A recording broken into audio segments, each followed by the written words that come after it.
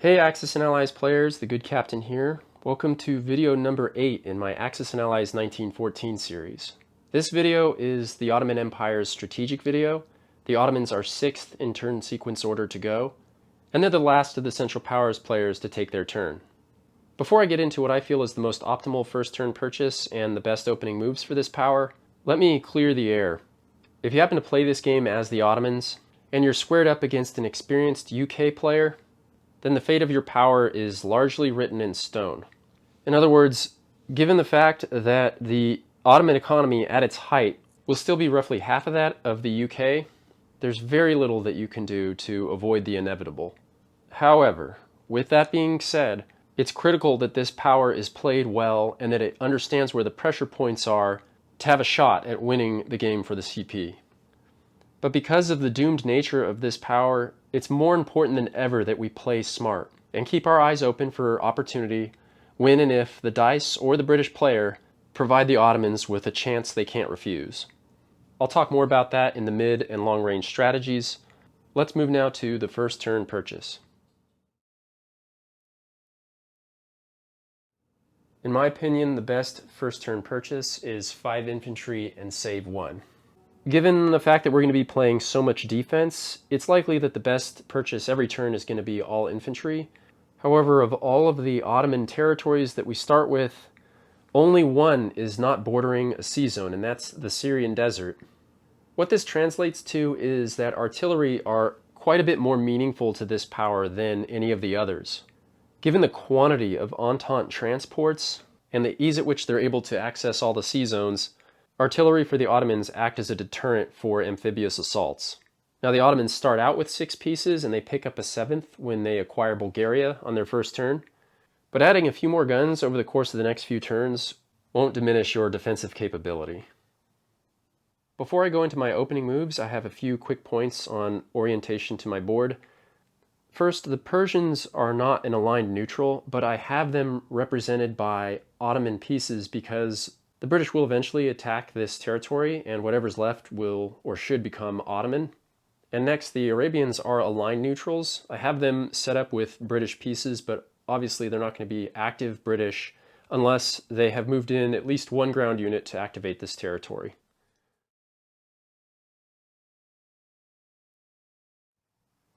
So when it comes to what I think are the best Ottoman opening moves, a lot depends on what the British did or did not do. And what this usually translates to is, did the British attack Transjordan or not, and how successful were they? And or did the British mobilize Arabia? So for continuity's sake, I'm going to play against this British opener. But one of the themes of this power is protecting for as long as you can everything inside this box, from Bulgaria to Transjordan to Arabia to Mesopotamia. This is your home base for the first 3 or so turns. So in this case, the British have decided to focus on the Germans in South Africa and have left a force strong enough to protect Egypt and prevent the Ottomans from breaking into Africa. And in this situation, I would take all the pieces from Transjordan, Syrian Desert, and Mesopotamia and attack Arabia.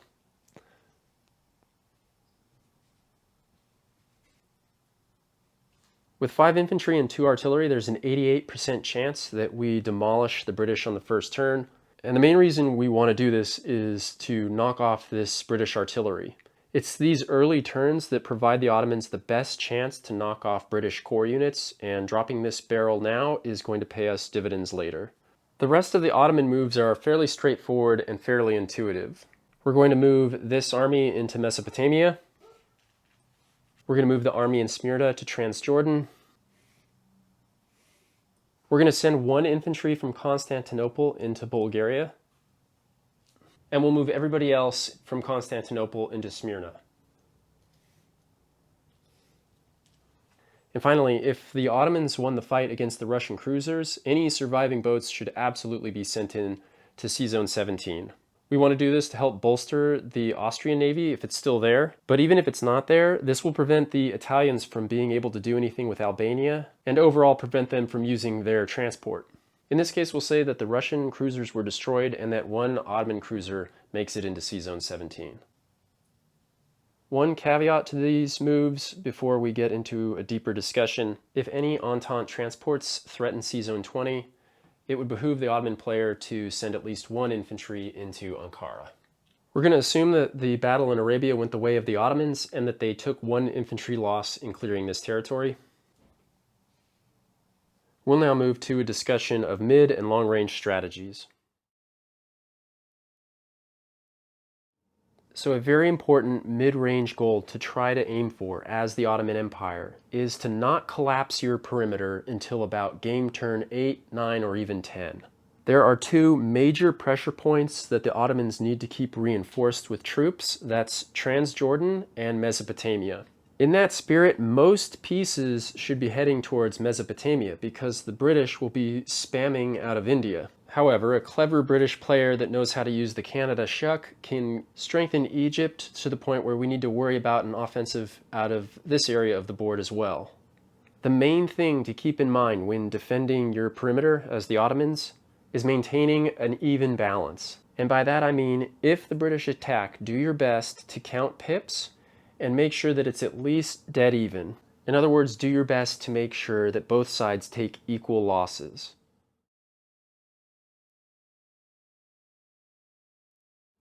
And before we move to the long-term goals for this power, I want to highlight one opportunity that the Ottoman player can take advantage of if the British player doesn't reinforce Egypt. And this is why we move so many pieces south from Constantinople.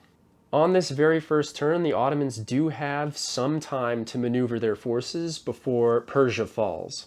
And in the fewest amount of words, if the British neglect Egypt and the Ottomans are able to get a rather large army here in force, I've seen and played games where the Ottomans not only get into Egypt but break through. The knock-on effects for the United Kingdom are that they end up spending far more time than they would like to cleaning up the mess down in Africa, and this takes the focus off of battering down the defenses in Mesopotamia. And so that's why these forces from Constantinople came south into Smyrna. We want to present a potential attack into Egypt and make the British player try to spend more resources and energy reinforcing this area and do our best to take the focus off of Mesopotamia. If the British are doing their due diligence and keeping Egypt supplied via the Canada to Egypt pipeline, these forces can easily be diverted to Mesopotamia if needed. And now let's take a moment to notice the fluidity of the Ottomans.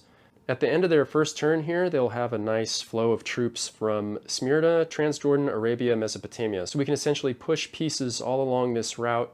If we need troops here faster, we can of course go across the top through Ankara.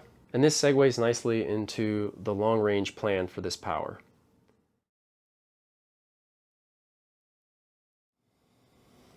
A discussion of long-term strategy for the Ottomans is one of knowing when to collapse your perimeter, fall back to your capital, and how to make a proper fight of it in Constantinople. And to that end, I have set up here on the board a fairly typical situation that I've seen develop when the Ottomans and the British are both played well.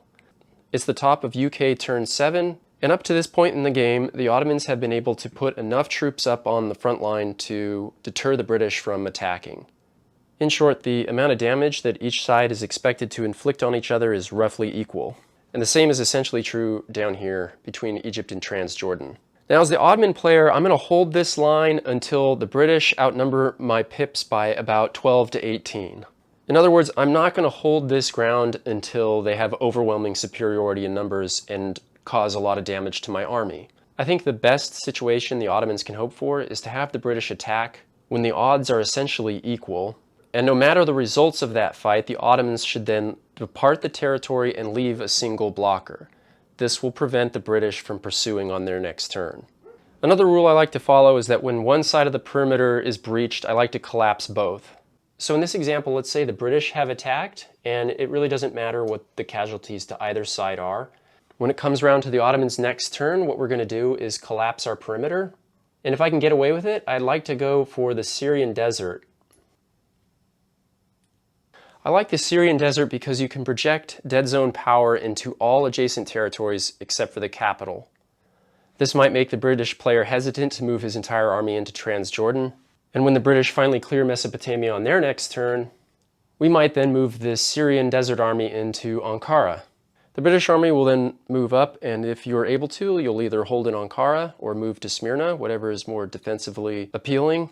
But eventually this little dance of death out here will cease as the British move adjacent to the capital, and then we'll finally have a fight inside Constantinople itself.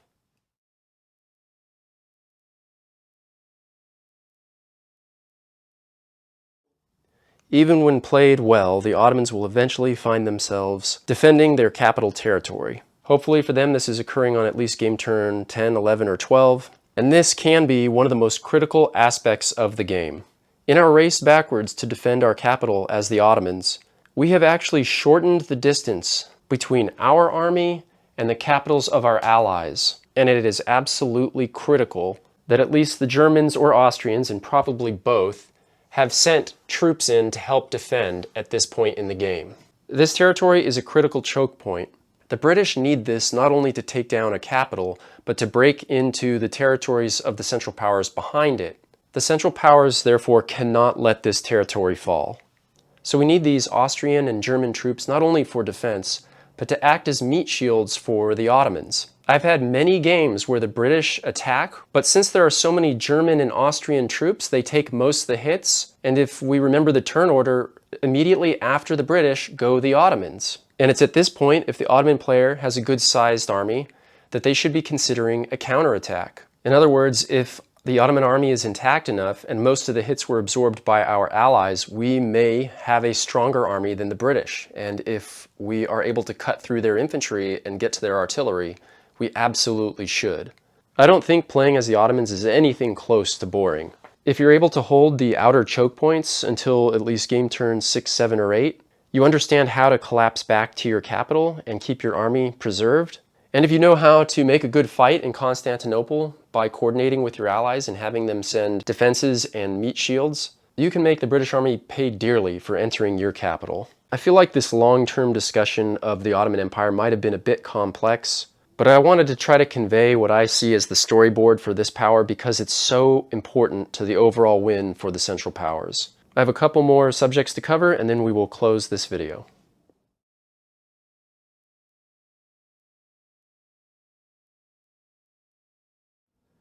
If the British decide to attack out of Egypt, understand that even with the maximum force of 6 infantry and 2 artillery, there's still only a 72% chance of clearing this territory in a single round of combat. And I feel that in general this is an overextension on the part of the British. The British player is going to have some difficulty reinforcing this area of the board so early in the game, and a lot of pressure has been removed from the Germans down in Africa. But with that said, my moves for the Ottomans will generally be the same. If the British cleared Transjordan and own the territory, I think a counterattack is in order only if the Ottomans have more pips than the British. Otherwise, reinforcing a contested zone is totally appropriate as well.